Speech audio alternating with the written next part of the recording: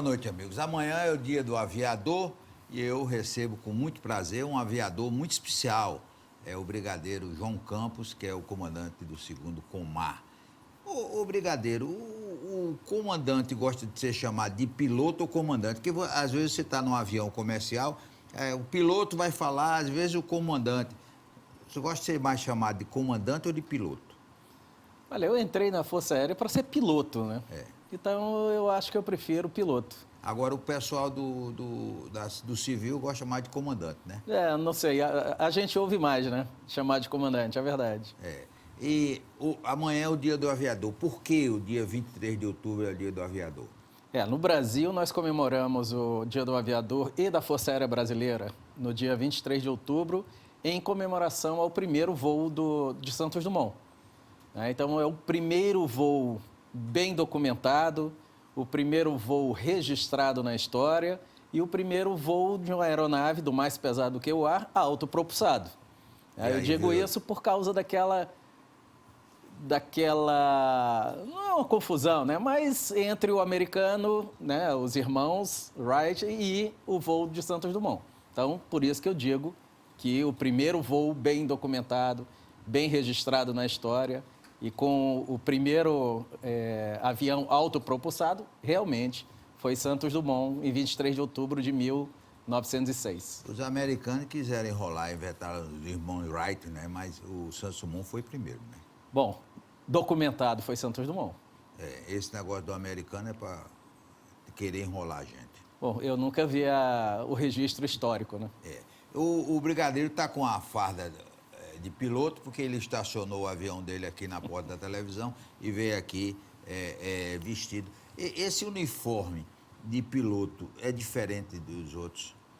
Ele tem uma característica especial que a composição dele é feita com material em que, se houver um incêndio ou um acidente que tenha fogo, ele se decompõe rapidamente.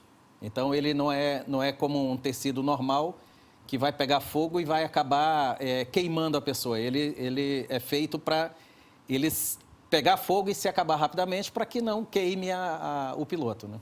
Olha, tem um ditado aí que diz que todo acidente aéreo tem culpa do humano, culpa do piloto. Tá certo? Não, na verdade, qualquer acidente aéreo ele é uma cadeia de fatores. Então, sempre é estudado o fator meio ambiente, o fator material e o fator humano.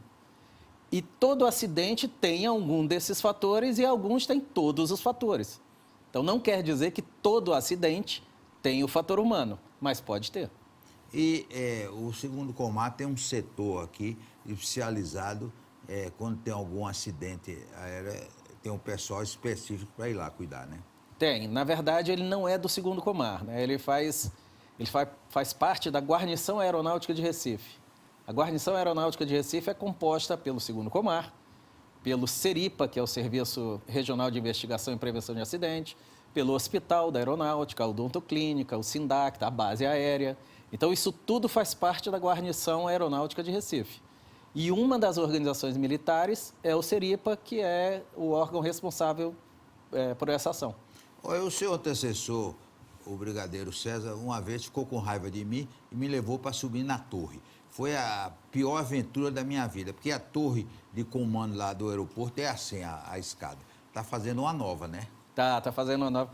Quando estiver pronta, eu levo o senhor lá, porque essa nova ela vai ter elevador. Né? Isso. Elevador. Eu acho que se o senhor não gostar de alguém, mande subir naquela torre.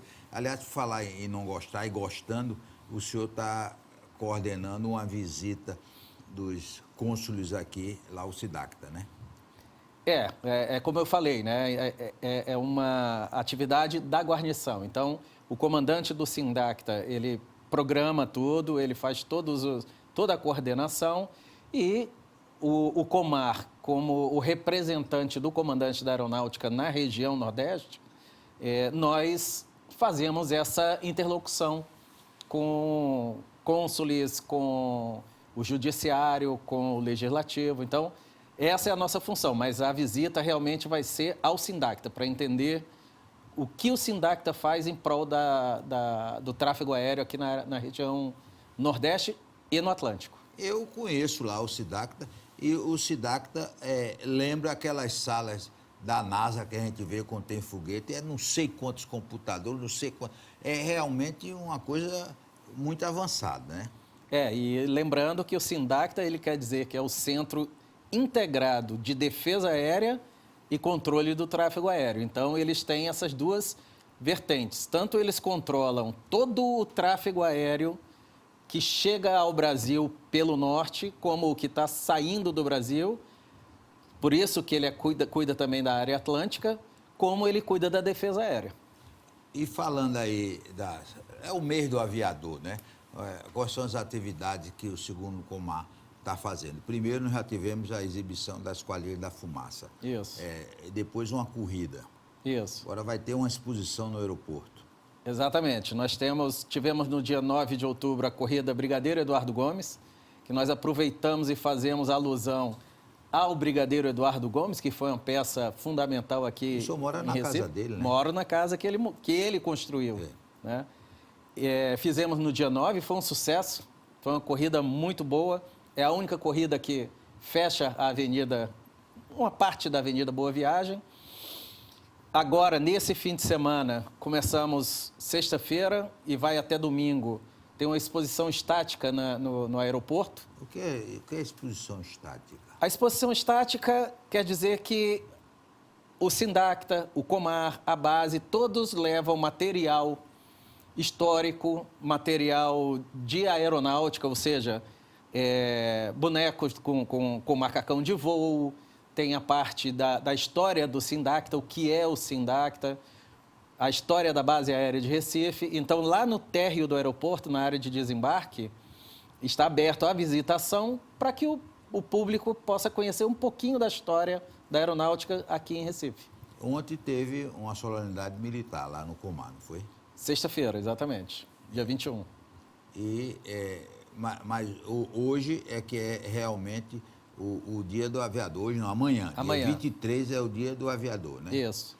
E também o segundo Comar tem um trabalho de cidadania muito importante que talvez não tenha a divulgação que mereça, né? Nós temos algumas datas muito importantes para a Força Aérea, né? O dia da criação do Ministério da Aeronáutica, que é em janeiro, o aniversário de Santos Dumont, que é em julho, o aniversário de Eduardo Gomes em setembro e o dia do aviador, que será amanhã, dia 23 de outubro. Sempre que a gente tem essas datas importantes para a Força Aérea tenta fazer alguma coisa em prol da comunidade. Então, a corrida não deixa de ser uma atividade em prol da comunidade, porque é um incentivo à atividade física. Mas também fazemos algumas ações. Na própria corrida, nós recebemos alimentos não perecíveis para fazer distribuição para algumas comunidades. E antigamente eu me lembro que havia aqui na aeronáutica um voo para levar crianças que tinham problema de saúde e que com o voo ficavam bons, né? Não sei se ficavam bons, mas realmente, quando nós tínhamos unidade aérea aqui, né, era feito, a ação era portões abertos. Então, nos portões abertos, que nós chamávamos o público para conhecer a base e ver de perto a ação dos pilotos, principalmente, né, voando, sempre tinha essa oportunidade de oferecer um voo. Mas, infelizmente, hoje nós não temos mais unidade aérea aqui em Recife, né? Antigamente, a aeronáutica tinha um tal de Correio Aéreo Nacional, que dava passagem para quem não tinha dinheiro, levar passagem hoje estão muito caras, né? Então, muita gente, por exemplo, tinha família em São Paulo, Rio, usava esse Correio Aéreo Nacional. E eu me lembro que no aeroporto era uma fila enorme de pessoas à espera de alguma existência para embarcar. Tinha, e o CAN ainda existe, mas as linhas do Correio Aéreo Nacional, elas não são linhas regulares. Então, quem tem disponibilidade de datas, ou seja, tem que ser muito flexível para viajar e tem que também ficar preparado, porque quando a pessoa faz a inscrição no Correio, na linha do Correio Aéreo Nacional, ela tem que estar pronta para receber uma ligação, por exemplo, amanhã, 7 horas da manhã, você tem que estar lá no na base para poder pegar o avião. Então, não é todo mundo que tem essa disponibilidade. Mas sempre tem gente que tem, né? Tem. E realmente é um trabalho social importante que a aeronáutica faz, né? Sim, exatamente, porque, como o senhor falou, realmente as passagens aéreas, o valor das passagens aéreas é muito alto, né? O senhor está acompanhando o problema de Fernando Noronha? O senhor esteve recentemente em Fernando Noronha, né? Mas foi com outra pessoa pilotando. O senhor não gosta ou não quer mais pilotar? O senhor pode pilotar? Eu estou pilotando muito pouco, talvez mais do que eu mereça, mas felizmente hoje eu estou pilotando. Mas para Fernando de Noronha eu não fui pilotando, eu fui como passageiro. Eu tenho visto na imprensa o problema lá da pista, mas realmente não tenho detalhes. O senhor tem uma guarnição lá, né? É do Sindacta, mas a pista não é responsabilidade da Força Aérea. A pista é de uma concessionária. Agora tem uma casa maravilhosa, né? Que a aeronáutica cede para autoridades quando vão visitar Fernando Noronha, né? Tem uma casa de representação do comandante da aeronáutica que faz parte das instalações do destacamento que é do Sindacta, lá em Fernando de Noronha. E por que é que foi proibido o jato e avião de hélice pode? Pelo que eu li, o problema é a desagregação do asfalto lá na pista. Quando isso acontece, ele gera muito FOD. FOD são pedaços de pedra ou de metal, alguma coisa que fique na pista e que pode ser aspirado pela turbina. Então, um jato, como o da Gol e da Azul que iam para lá, ele pode acabar aspirando algum desses objetos e ele vai danificar o motor todo lá dentro. O turbohélice, por não ter essa força de sucção tão grande, ele não tem o perigo que um jato desses tem. Depois do intervalo, nós vamos continuar conversando com o brigadeiro João Campos, o piloto João Campos.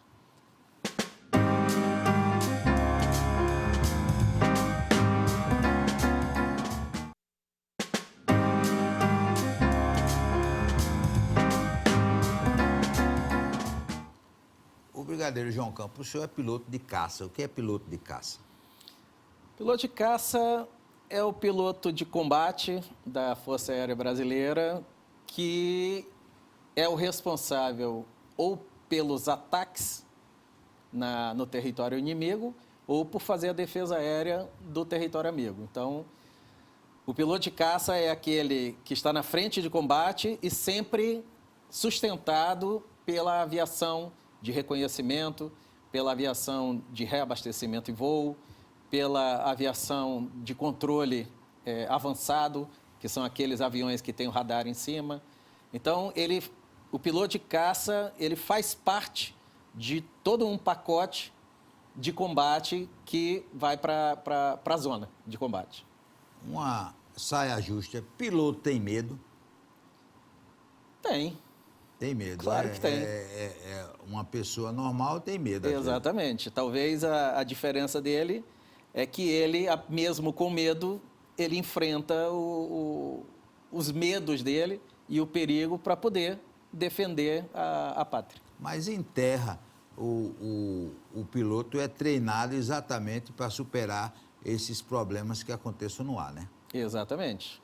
Então, quando o senhor pergunta se tem medo, o medo talvez seja mais de fracassar numa missão do que de enfrentar o perigo, porque a preparação para uma missão de combate, ela é tão intensa e tão exaustiva que quando o piloto vai para a missão, ele está muito focado no que ele tem que fazer, no gerenciamento de todos os sistemas do avião. Então, nessa hora, o medo já ficou lá atrás, porque o mais importante nessa hora é o próprio combate. Ô, brigadeiro, se telefonarem para o senhor, ele tem um avião suspeito aqui na área do 2º Comar, um avião. O que é que o senhor faz? Olha, se eu fosse piloto de caça ainda voando, piloto de caça eu ainda sou, mas se eu ainda estivesse voando, eu ficaria pronto para decolar no meu avião para fazer o reconhecimento. Não, mas hoje. Hoje, O senhor liga na pra prática, onde? É. hoje na prática, o Sindacta, ele é responsável por tudo isso.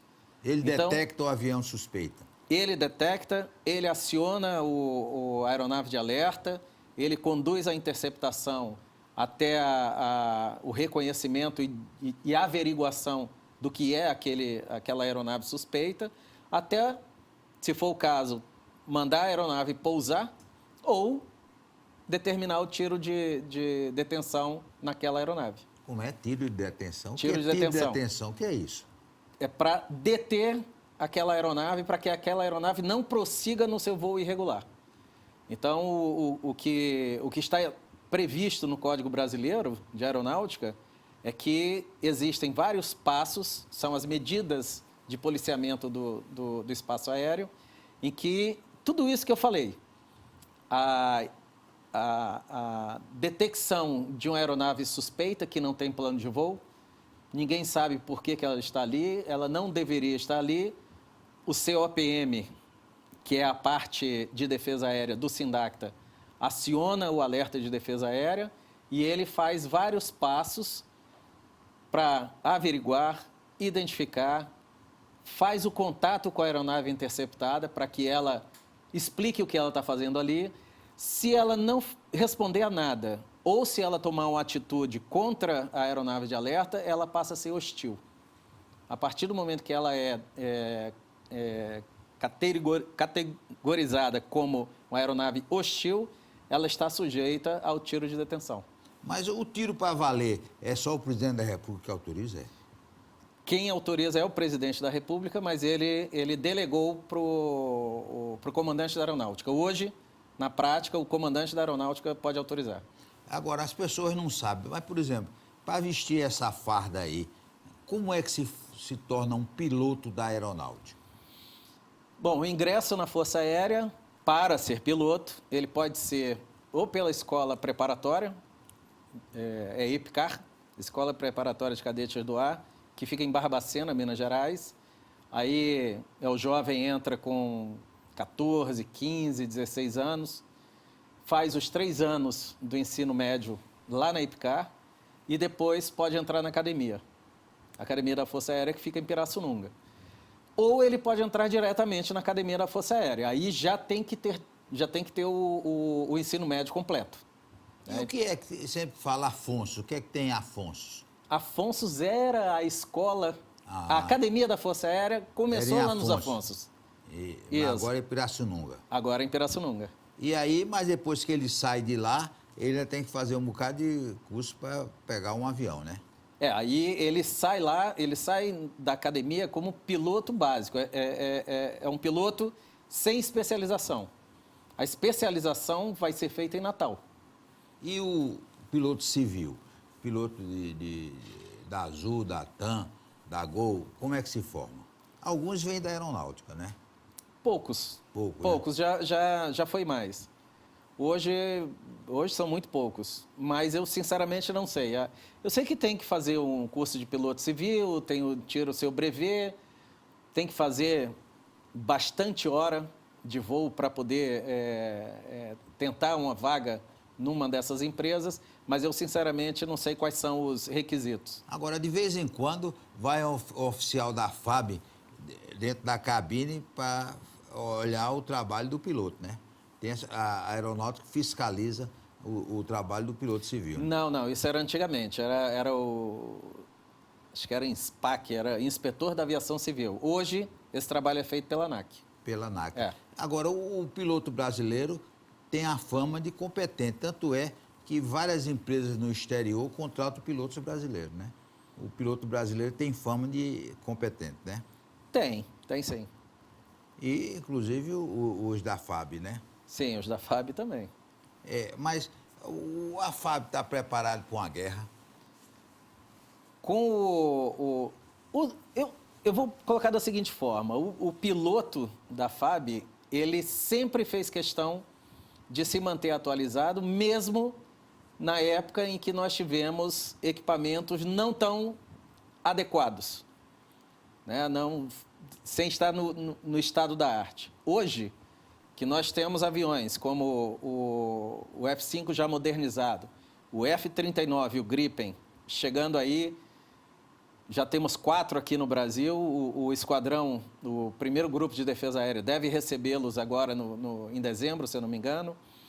Temos a aeronave com radar embarcado, temos aeronaves de reconhecimento com equipamentos de última geração, aeronaves de patrulha também com equipamentos de última geração. Então, hoje nós temos o casamento do piloto preparado com o equipamento também em condições de dar todas as informações que aquele piloto precisa. Quando é que o senhor vai trazer um Gripen para cá? Para fazer um voo aqui para as pessoas conhecerem, né? Depois que o esquadrão estiver operando... É em Anápolis, né? É em Anápolis. Por que Anápolis? Anápolis, a localização? Anápolis foi uma localização escolhida pela Força Aérea por estar muito próximo a Brasília.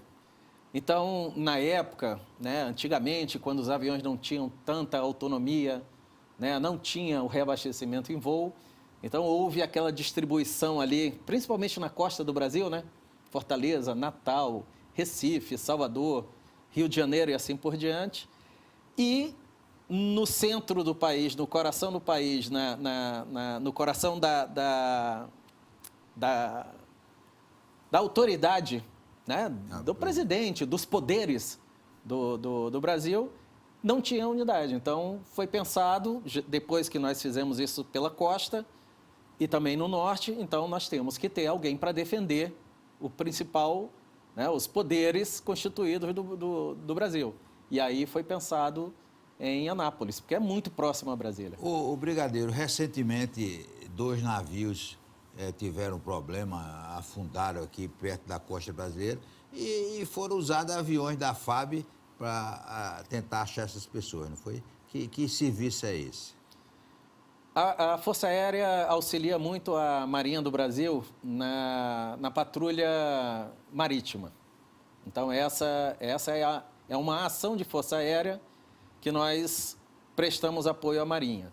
Então, a patrulha, os aviões de patrulha, como o P-3, o SC-105, que é o mesmo Amazonas que opera lá no norte, essas aeronaves têm sensores capazes. O próprio R-99, que foi o que fez o apoio à busca do Air France, né, ali para o norte de Fernando de Noronha. Então, são sensores que esses aviões têm com capacidade de detectar pedacinhos no mar que ele consegue aumentar, consegue detectar se aquilo é um objeto qualquer flutuando no mar ou se aquilo faz parte do que pode ter sido um avião que se acidentou no mar. Então, ainda esses aviões de Natal, é? Não, eles são espalhados pelo Brasil. Porque uma das maiores características da Força Aérea é a mobilidade. Então, a Força Aérea ela não precisa estar... o nosso problema agora é no norte, coloca toda a Força Aérea lá. Não precisa, porque rapidamente ela desloca. Então, nós temos esquadrões espalhados por todo o Brasil. Se tiver um problema desse aqui no Nordeste, as aeronaves vêm para cá rapidamente, em 24 horas já está tudo pronto para começar a operar. O brigadeiro, aqueles pilotos de porta-aviões, é um trabalho especial, né? Eles vão lá, com um avião desse, tem que ter um negócio para segurar, né? Aquilo ali já foi da Força Aérea Brasileira, né? No nosso caso, no Brasil. Minas Gerais, né? No Minas Gerais, eram os P-16. Mas hoje quem opera os aviões embarcados é a própria Marinha. Agora, esses pilotos da Marinha são treinados na aeronáutica ou eles têm um centro mesmo de treinamento? Não, alguns passam pela Força Aérea. Alguns, inclusive, fazem a academia da Força Aérea, não como pilotos da FAB, mas eles passam pela academia da Força Aérea para fazer a parte de voo, né? Então, eles são da Marinha, mas fazendo a instrução de voo na academia da Força Aérea. Outros já aproveitam a especialização em Natal, ou seja, aqueles que vão para o helicóptero podem têm instrução com a Força Aérea, aqueles que vão para asa fixa, transporte, ou mesmo os que vão para esses aviões embarcados que fazem instrução lá no segundo quinto, que é a instrução de caça. Nós queremos agradecer ao brigadeiro João Campos e, como nós dissemos aqui, nós trouxemos um piloto especial para comemorar o Dia do Aviador, né? Ele realmente é um aviador especial e falou tudo sobre essa data importante que é o Dia do Aviador, que se comemora amanhã. Um forte abraço, tenham todos um feliz fim de semana e até segunda-feira, se Deus quiser.